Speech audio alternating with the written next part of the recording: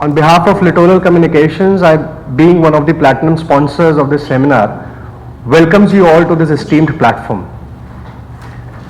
Today, I would like to take this wonderful opportunity to talk you through to some of the very valid and important aspects of maritime studies in this global industry. I would be highlighting some of the key facts, features, demands, needs and emerging trends that I have perceived through my time as an ex-mariner as well as an entrepreneur now for almost a decade in the field of maritime education.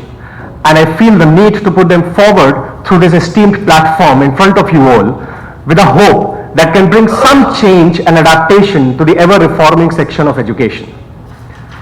Some of the key challenges in the space of global maritime studies, as far as my experience in handling an esteemed marine institution myself, are, first and foremost, the problem in understanding and gauging the fact among candidates themselves with respect to not only targeting a rank or a certification, but also equally focusing on their knowledge orientation, result enhancement, and improving performance standard on board as per their competency and experience.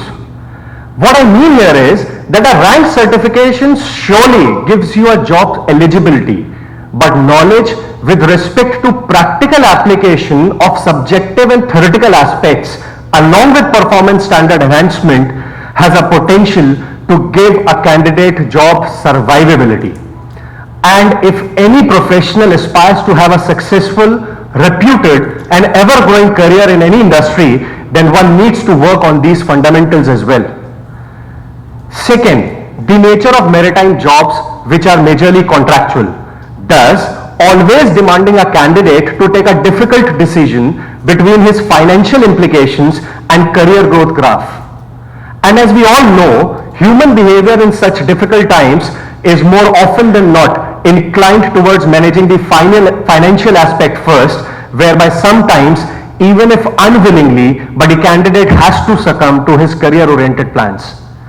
The gap in studies, lack of availability of study groups to candidates as per their needs, consistent pressure to perform in limited available time in order to manage their growth and finances regularly are some of the byproducts of this problem. Third, least liability of a student's result orientation after a said or taken up course at a particular institution is finished. Now this leaves a candidate more isolated than one can even imagine. He has practically no assistance available in condition of his failure. You will be surprised to know, gentlemen, that DG exams have a passing percentage at levels around 20% all clear candidates over a period of last 5 years for their first attempt. The figure is self-verifiable with results readily available on monthly basis on a government portal itself. Now on one hand, this may describe the difficulty level of our competency examination, which is great to hear. But on the other hand, it also makes us aware of a harsh reality whereby almost 80% repeater candidates are left with a need of some kind of assistance which unfortunately is not readily available, considering sometimes their remote locations or sometimes their finances to manage readmissions for assistance, or as told, the contractual nature of jobs in the industry which leaves them without any group study atmosphere as well. Next, scarcity of proper guidance. Yes, a lot of circulars, notices are served regularly by our competent authorities for various intimations at different times through its portal. But sometimes, maybe due to different structural barriers and sometimes probably due to the global nature of this industry, which restricts access to such notifications during a candidate's time on board, it does become difficult for them to reach these notifications on time. This deformity and lack of timely updates and guidance often leads to lack of planning, creating another unwanted hindrance in a candidate's path to success. Now I understand there is a limit to government structural policies and implementations.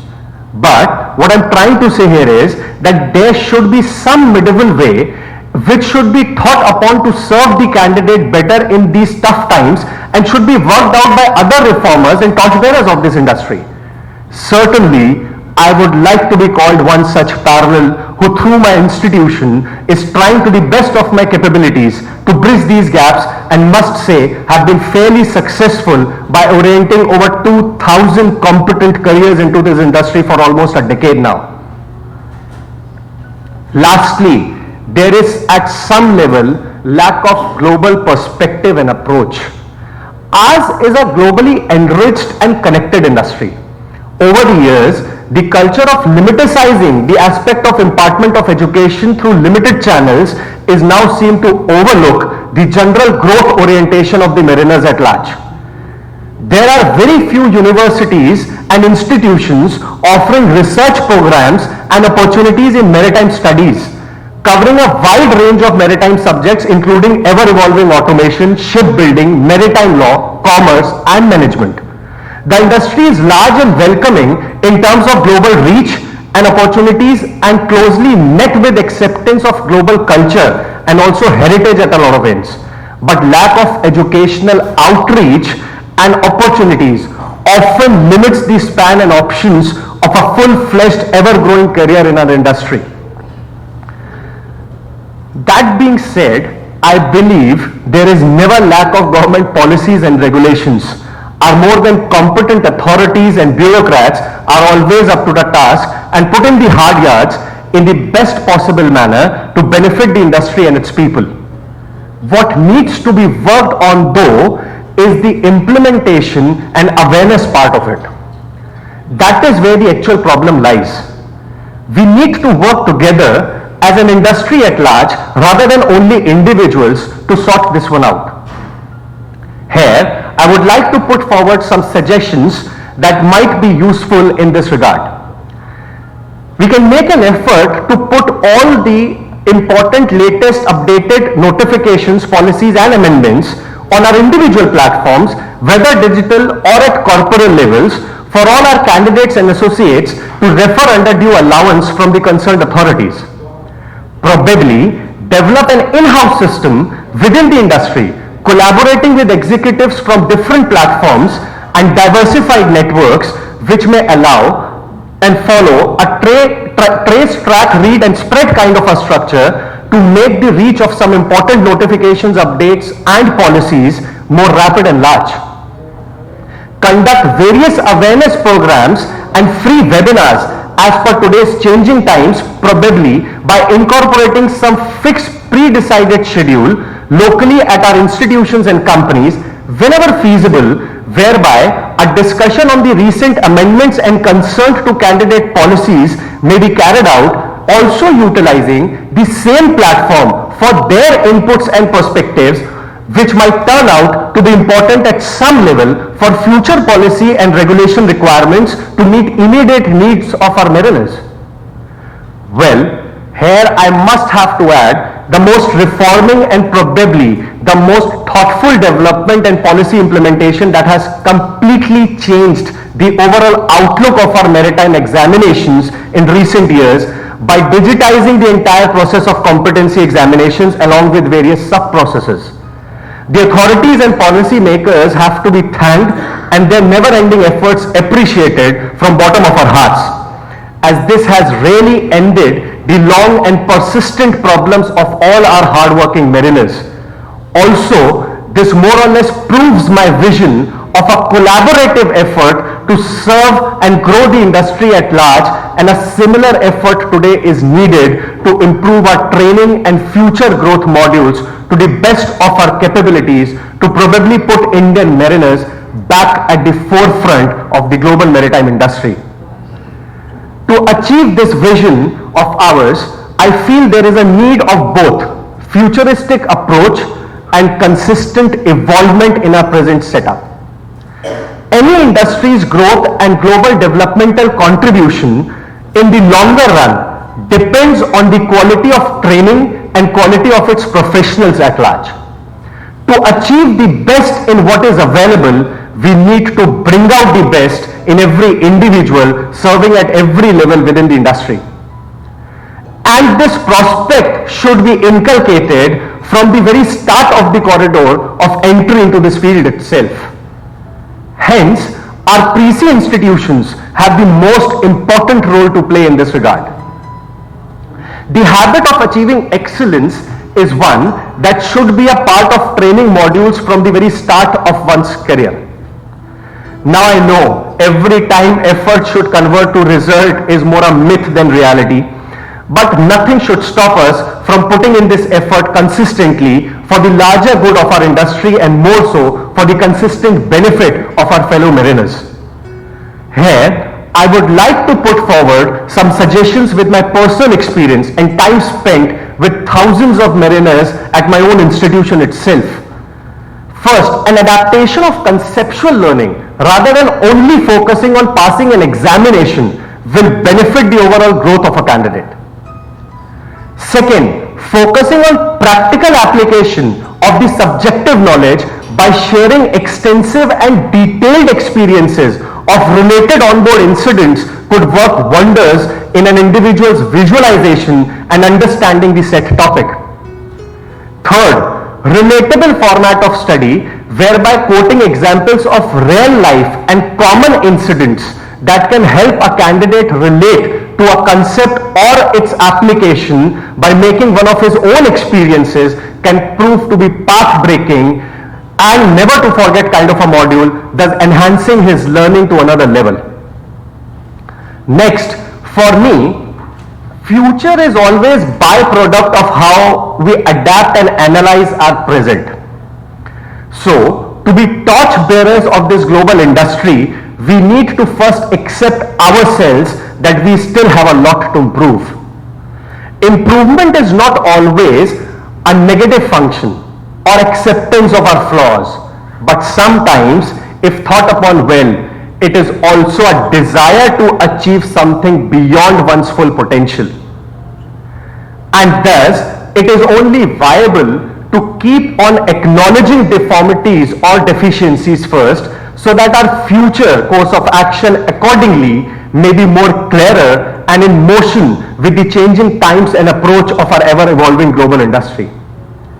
In this post-COVID era, which somehow has given us an automatic acceptance to digital platforms of learning, can prove to be game changers if handled with expertise and willingness to adapt by incorporating all my aforementioned pointers and collaborating them with today's technology and digital media graphics, thus enhancing the visual experience of learning and making the study probably more interesting and intriguing.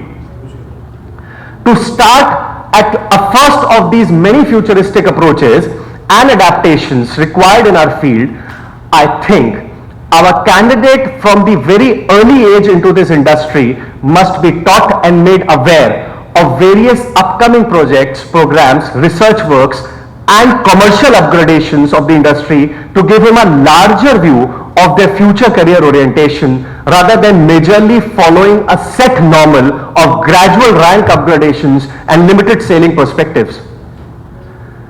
It may not necessarily be a part of their exam-oriented curriculum, but still in some way included in their tenure at the institutions just for information and general field knowledge enhancement. You never know, we might get some real researchers, policy makers and reformers out of them in future, which might have a potential to change the dynamics of our industry in various ways. Now, just for the record, we all must be aware of the ambitious Sagarmala project, which was launched in March 2015 by our competent and development-loving government, considering the strategic location of India, whereby maritime industry alone handles 95% of the trade by volume and around 70% by value of our country. The project is envisioned to port-led development and growth of logistic-intensive industries. The project is expected to cost a whopping $123 billion as per the initial estimates and create an impressive 4 to 6 million jobs, direct and indirect, with opportunities in the diversified fields of port modernizations, new port developments, port connectivity enhancement, port-linked industrialization, and coastal community development. it is also expected to contribute in a massive 4% GDP growth of our country alone.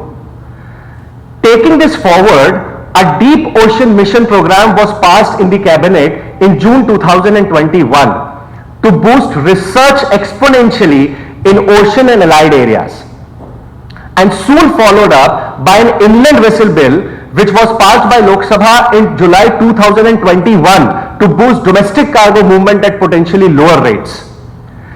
Point being, a lot is there to discover, learn and experience of our experienced field executives, probably which may enhance their entire vision towards this industry and promote their interest among varied sections, thus helping them in their long-term career building apart from the general norms and preset structures of our field.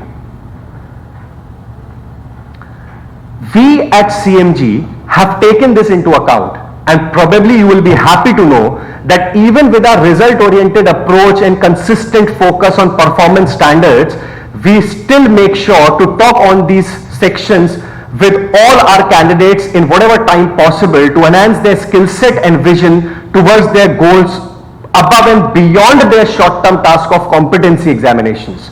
And even with this minimal effort, have guided over 30 mariners in past 3 years to train in the field of architecture, shipbuilding, maritime law and management, and they are successfully serving the industry with their recently acquired new skill set with better prospects and visions with utmost satisfaction and newfound zeal.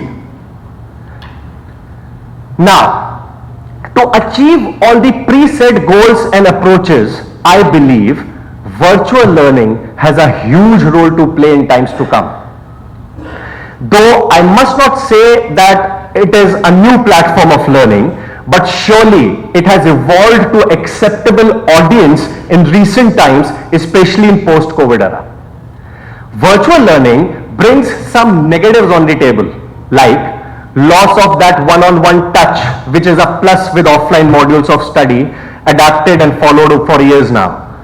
Also, it becomes difficult sometimes to keep a track of a student's actual learning and grasping when he is attending sessions through a virtual platform. And yes, it is a lot more demanding in terms of establishing a similar kind of connect and tuning with the student, which almost often comes naturally on an offline module. But on the contrary, it has a lot more positives attached to it as well, like the reach and accessibility of your platform is increased by leaps and bounds, especially even to candidates residing in remote locations. It potentially cuts down the cost for both the organizer and the attendee in terms of a large offline setup for the organizer and lodging and boarding arrangements for the candidates. If dedicated and committed towards the idea of quality learning, then the modern tools, technology and graphics have complete potential and even more adaptive processes to impart your knowledge to the listener in a similar environment as the offline module. And more importantly, in today's difficult times of pandemic, it is surely more safe and secure form of learning without compromising much on time delays and quality of education. Because of these major positives, it surely is turning out to be the way forward in the ever-reforming educational sector. And obviously, our industry is not any more immune to this new normal. Hence, adaptation and involvement is the only possible outcome. Also, I feel there should be some training modules for virtual learning platforms to be made available for better connect and guidance for a current set of faculties and trainers as well, for their platform upgradation to the usage of modern tools and their maximum usability in sync to our style of teaching over the years. And this should be done for maximum usability and long-term betterment of the candidates. Such trainings may be organized at authority levels, institutional levels, and inter-institutional levels as per the requirements and available time slots in between the current modules and schedules.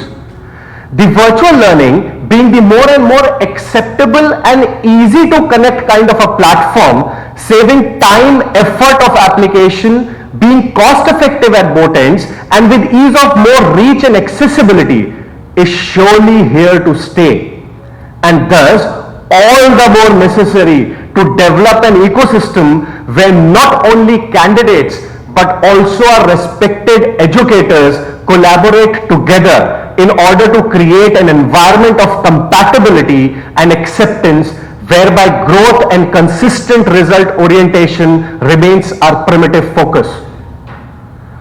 We at CMG realized this at the very early stage of the pandemic and transitioned ourselves at the first opportunity as early as a month into the pandemic itself. The result of this early transition was that we reached back and soon beyond the pre-COVID levels with our institution in terms of strength, results and revenue, with our platform's feedback in itself doing the talking for us at all places. Our candidates were more than happy with our virtual learning setup and reviewed it as being in all ways similar to the offline setup and hence very adaptive and easy to connect in all perspectives. Now, to improve the educational requirements of the industry and especially Indian mariners at large, an atmosphere of collaborative learning through platforms other than only approved when needed by candidates should be promoted.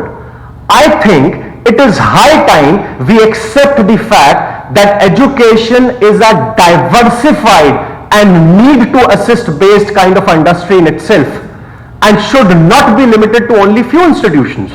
In fact, I believe approved institutions have a large role to play in bringing this industry where it stands today and also in times to come. But the space is so large and so varied that a coexistent kind of an atmosphere for parallel educational resources is the need of the hour. It is for the larger good of the industry and also to keep up pace with the ever-changing time, especially considering the industry is high on global connect and hence competitive in its own way. Here, I would like to conclude by quoting one of the famous American activists, Sir Martin Luther King Jr., who once said, "Intelligence plus character, that is the goal of true education." And that is exactly what we wish to achieve together in times to come. I'll leave you with this great thought, gentlemen and ladies. Thank you for your patience and time. Wish you a good day.